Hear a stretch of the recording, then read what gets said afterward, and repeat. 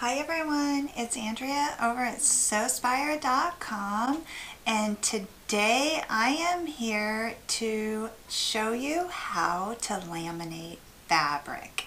This idea came from a fellow Sewspire subscriber who I was corresponding with this week via email, and she has just finished making the City Slicker tote, which I think we worked on that project last year, I'm pretty sure, not 2017 but 2016, and you can find that tutorial. It was a series of 3 videos over at Sewspire.com if you search City Slicker.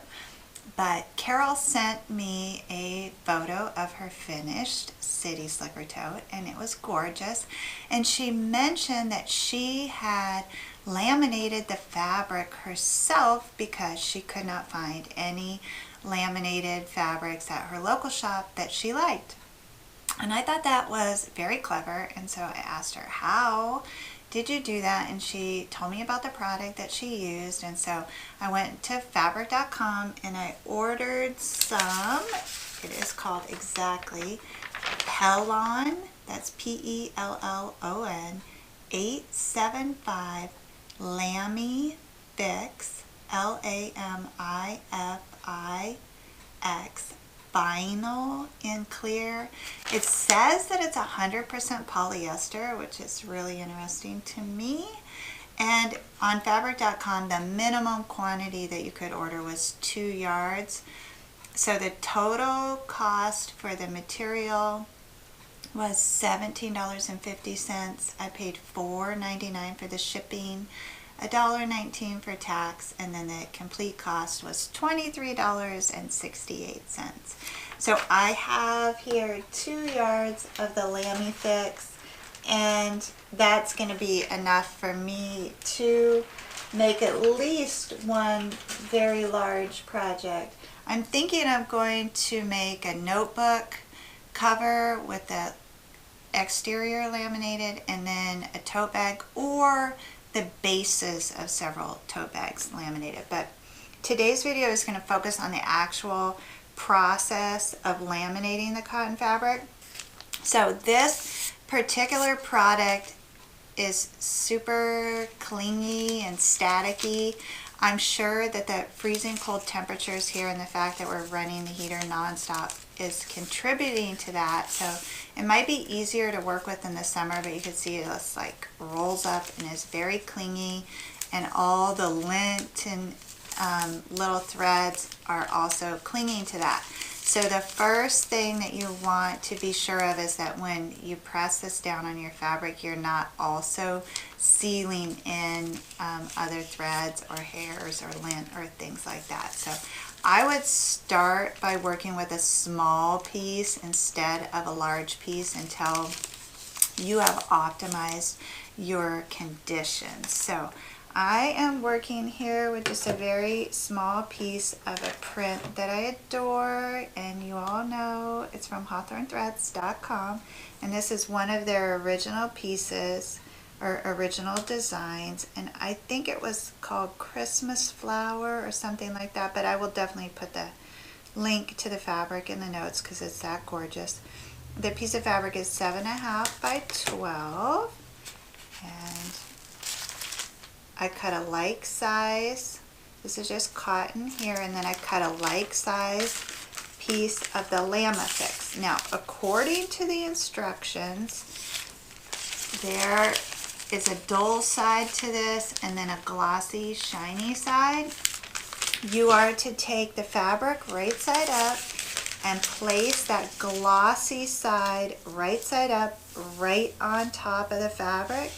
Now, it clings partly because of all the static that I have in the studio today, so that's nice. So I could just smooth that on there, and I'm double checking to make sure that there's nothing trapped in there, and it looks pretty good. Then you're going to iron directly on top of this, but the iron has to be on low heat. So I have mine on the lowest setting and no steam. Okay, so, and it doesn't take very long to get this to adhere, and It does look really pretty. Shiny, it changes the, okay. So that's just enough just to get it to adhere to the front of that, but you're not done yet. Now you need to turn up the heat on the iron, still no steam, and use a pressing cloth. So when you order the fabric that Hawthorne Threads designs, which is part of the Hawthorne Threads collection, there is this nice wide edge on that fabric. I save all of that extra cotton to work into quilts, small quilts for the white space, and as pressing cloths. So that's just one more added bonus, I think. I try not to waste things.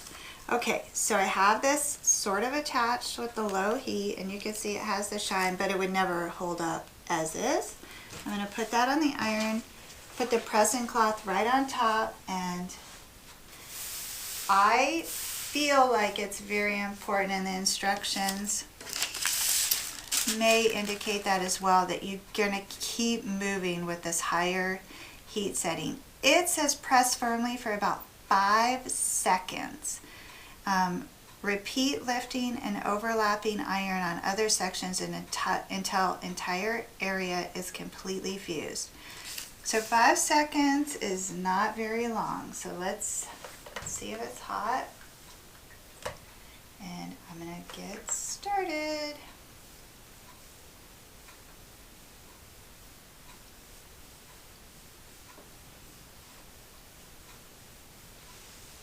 I'm just counting in my head, 3, 4, 5, and then bumping it over.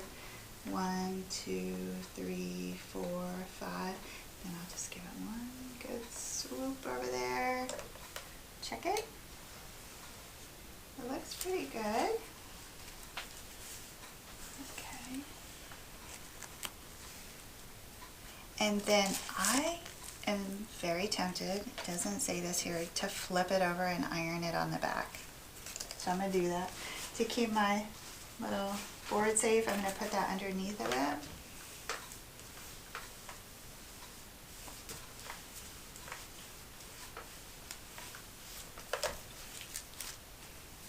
Hot, very hot. Let that cool, a little too hot. Okay, so I'm going to let this cool down now. I wish I could think of what this kind of reminds me of. It's kind of crunchy, and the outsides did not attach, so I'm going to need to go back to the iron, the outer edges there. This side is good. Yeah. Let's see, I'm going to iron the outer edges a little bit more.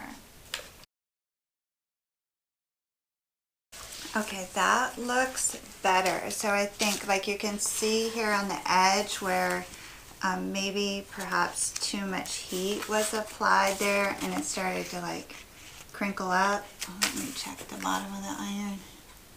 Yeah, I think I actually hit that with the iron, so I'm going to need to clean the iron. But this feels better. It's not as crunchy. So I think that the trick is going to take a little bit of practice, but it's going to be finding that exact combination of heat and time on this. But this definitely feels better than it did before. It's smoother. It's not as crackly. Now I have a piece of commercially laminated fabric here, which is normally what I work with, but like Carol mentioned, your choices are very limited in that. And it is very soft and flexible, pliable, and feels a little better to me, honestly, than this. But I can see how this could be very useful, especially if you're just doing small projects. I think on a larger project like a tablecloth or something, this maybe wouldn't give the look that you wanted, but for notebooks and small accessories, I think it could be nice. Now, one of the other things that was intriguing to me about this is it says you don't need any special foot to sew. So I did want to try and sew this. I was just going to turn this into a little tiny coaster that I could use here to put my coffee and tea cups on so it doesn't leave the little ring marks on my desk here. So I'm just going to fold it in half and stitch around these two sides here.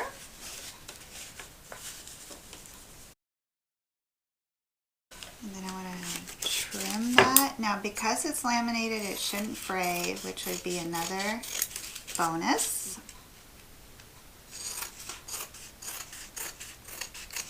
Okay, I'm just going to flip it right side out. I hope it turns nice. It is super crunchy.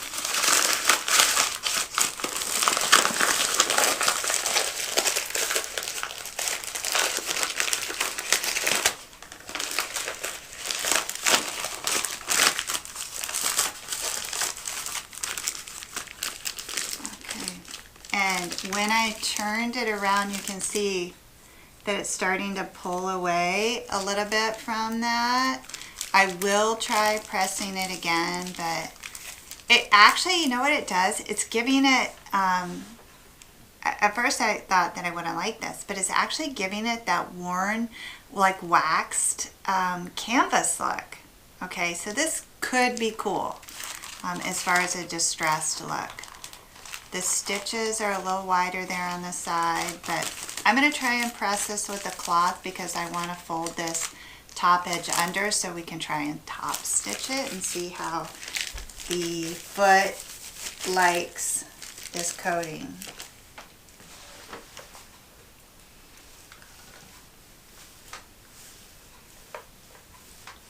And I'm still using that pressing cloth because now I have goop all over my iron. Okay, when you repress it, it does not return to the original condition before I turned it right side out and kind of wrinkled it up. So if you're looking for perfection, I think that you would need to not manipulate the fabric very much once you laminate it.